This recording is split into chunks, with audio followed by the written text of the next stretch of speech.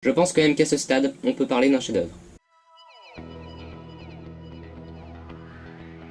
Pour commencer, je veux que vous sachiez que c'est mon avis personnel sur le film. Si vous avez un avis différent, tant mieux pour vous. Mon but n'est pas de vous imposer mon avis, juste de le partager.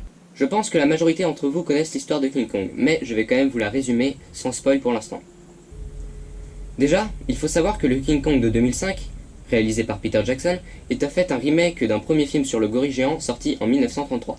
Dans les années 30, une actrice sans emploi, un cinéaste ambitieux et un écrivain embarquent vers une île mystérieuse dans le but d'y tourner un film.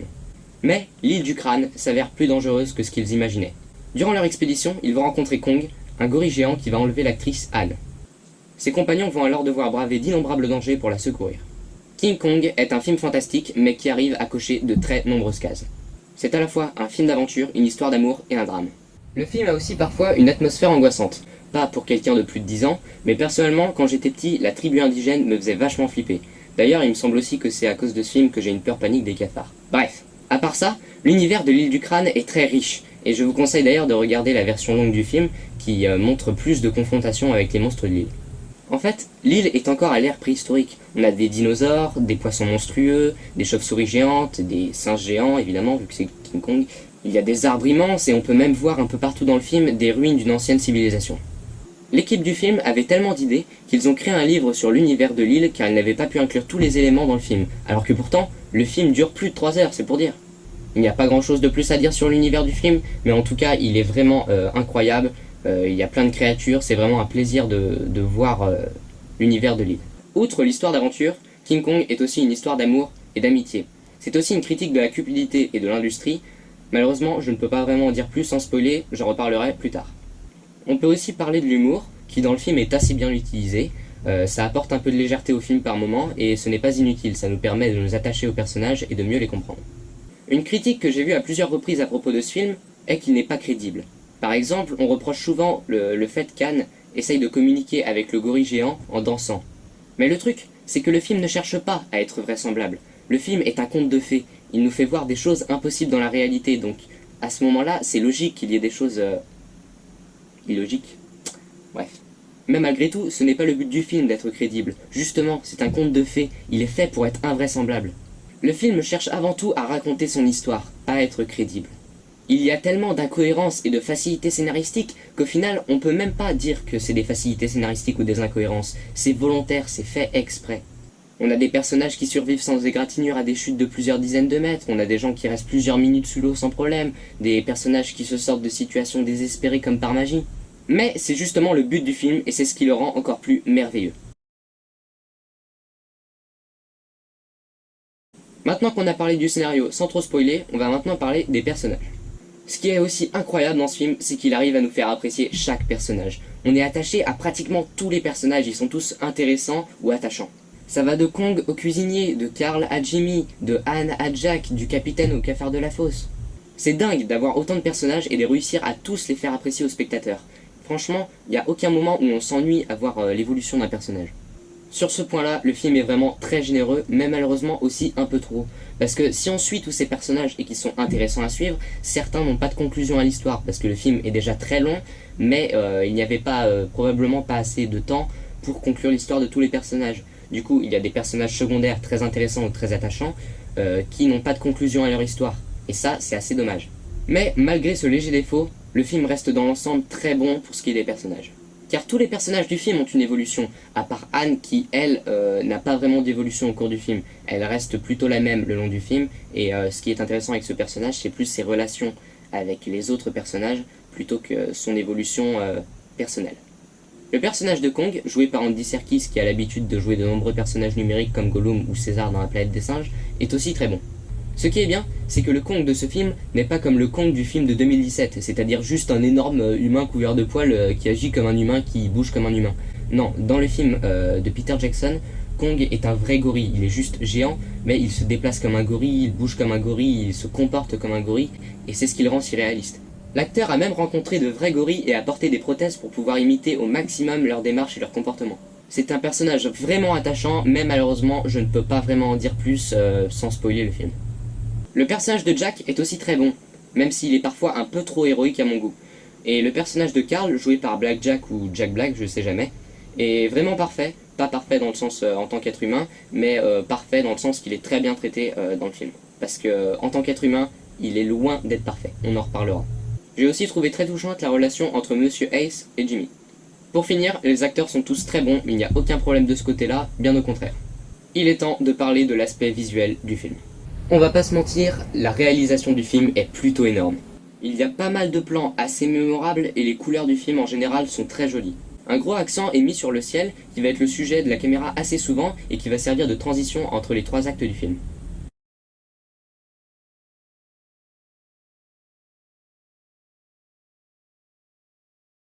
Lors des combats et des scènes d'action, la caméra bouge sans cesse dans tous les sens, c'est très dynamique. Je pense notamment à un des combats les plus mythiques de l'histoire du cinéma, le fameux combat entre Kong et les 2 tyrannosaures. Les décors aussi sont très bons, notamment le New York de 1930 qui a été très joliment reconstitué. Comme pour Le Seigneur des Anneaux, King Kong a été tourné en Nouvelle-Zélande et c'est là-bas qu'ils ont reconstruit de nombreux endroits visibles dans le film, qu'ils ont créé de toutes pièces en fait. Pour ce qui est des effets spéciaux, ils ont vraiment très bien vieilli et ils sont toujours incroyables. Surtout quand on compare avec d'autres films sortis à la même époque, comme à peu près les 2 derniers Spider-Man de Sam Raimi. Évidemment, de nos jours, on voit que ces effets spéciaux, ça se voit quand même à certains moments, mais dans l'ensemble, ça reste quand même très spectaculaire. Que ce soit les dinosaures, les décors, les monstres, King Kong, tout est bien fait, les effets spéciaux sont vraiment hyper réalistes, surtout pour l'époque, je le répète encore une fois. En fait, le film est tellement parfait visuellement que j'ai plus rien à dire, donc on passe maintenant à la bande-son. La bande-son de King Kong a été composée par James Newton Howard, qui a aussi travaillé sur les Animaux Fantastiques. Même si ce n'est pas une musique qui m'a extrêmement marqué, elle est quand même très mémorable. Elle arrive à être épique dans de très nombreux moments, comme le fameux combat entre Kong et les T-Rex, mais elle arrive aussi à ne pas être trop envahissante. Par exemple, la scène où la musique m'a le plus marqué est la scène de la fosse. C'est très paradoxal, parce que dans cette scène, il y a de la musique, mais on a l'impression que c'est le silence complet. Je sais pas comment c'est possible, mais la musique arrive à donner une impression de silence, et toutes les paroles des personnages, tous les bruits résonnent dans la caverne. La musique arrive vraiment à amplifier l'horreur de cette scène. Bref, la bande-son de ce film est incroyable et elle sait quand se faire discrète, et ça, c'est un très bon point. Pour résumer, King Kong est un film incroyable dont le seul défaut est d'après moi le fait qu'il ne conclut pas l'histoire de chaque personnage. Je ne suis pas le plus grand fan de ce film, mais je le trouve absolument parfait, je ne vois quasiment aucun défaut à ce film. Au vu de sa qualité, je trouve qu'on en parle trop peu et il mérite d'après moi le titre de chef-d'œuvre. Foncez voir ce film, il y a vraiment peu de chances que vous soyez déçus. Si je devais donner une note à ce film de la façon la plus objective possible, franchement, je pense que je mettrais 19,5 sur 20 parce que je ne vois quasiment aucun défaut à ce film. Pour ceux qui ont déjà vu le film ou pour ceux qui n'ont rien à cirer de se faire spoiler, on va rentrer dans la partie spoiler. Pour ceux qui vont nous quitter, merci d'avoir regardé la vidéo. Comme je le disais plus tôt, il y a énormément de choses dans ce film qui paraissent incroyables et trop faciles au premier abord.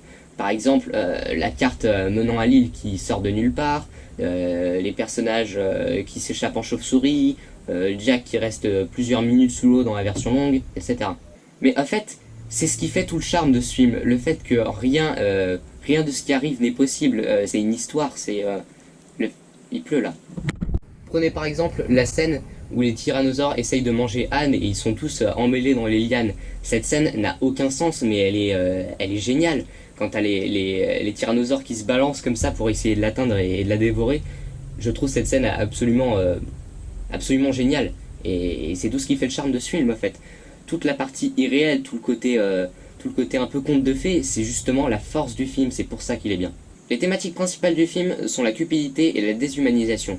Le film dénonce la cupidité qui transforme les hommes bien et passionnés en monstres. Le personnage de Carl est au début sympathique, mais peu à peu il devient de plus en plus égoïste et ne pense qu'à son propre intérêt. Quand le premier de ses amis meurt, il dit qu'il doit finir son film pour honorer sa mémoire. Donc à première vue, cet argument semble tout à fait légitime. Mais quand tu vois que Carl répète exactement la même phrase lorsqu'un autre de ses amis meurt, tu te rends compte qu'il ne pense plus qu'à lui-même et tu comprends que Carl a changé. La mort de ses amis ne devient qu'une excuse pour assouvir ses cupidités. Le film montre que l'homme est plus horrible que le monstre et le monstre plus humain que l'homme. La chose qui illustre bien ça dans le film, c'est le fait qu'Anne arrive à communiquer avec un gorille géant, mais elle n'arrive pas à communiquer avec ses compagnons humains. À la fin du film, elle essaye de les convaincre que Kong n'est pas méchant, mais ils n'écoutent pas, elle n'arrive pas à se faire entendre d'eux, parce qu'en fait, ils sont moins humains que Kong au final.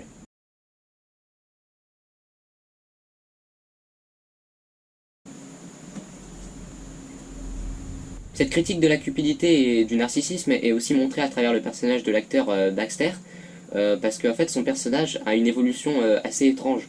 Au départ, c'est un personnage égoïste et lâche, puis il devient un véritable héros au milieu du film, puis une fois qu'il devient célèbre suite à la capture de Kong, il redevient lâche, et en fait c'est la cupidité qui l'a fait régresser. Il est redevenu le lâche égoïste qu'on a connu au début du film. Il y a aussi une thématique écologique dans le film, dans le sens où Carl, qui représente l'industrie et le progrès, fait face à Kong, qui lui représente la nature et l'environnement. Mais malgré tout, le principal objectif du film est de critiquer l'industrie et la cupidité. Quand j'ai dit que Jack est un peu trop héroïque, ce n'est pas son courage qui me pose problème, loin de là. En fait, le problème c'est que je trouve que dans ses actions, il est un peu trop fort, c'est limite Indiana Jones le gars par moment.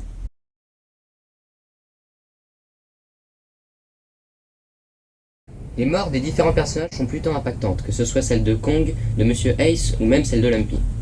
C'était aussi vraiment intéressant de voir à quel point Kong était seul avant de rencontrer Anne. Comme j'ai dit plus tôt, il y a des personnages qui n'ont pas de conclusion à leur histoire, comme le capitaine ou Jimmy. J'aurais bien aimé avoir une petite scène montrant ce qui va arriver aux deux personnages après leur départ de l'île. Le combat entre Kong et les deux T-Rex était juste épique, c'était vraiment incroyable, et la scène de la fosse avec tous les insectes est aussi une de mes scènes préférées du film, la musique n'y est pas pour rien. Pour ce qui est du combat final avec les avions, je trouve qu'il est un poil trop long, mais ça reste un détail donc c'est pas très grave.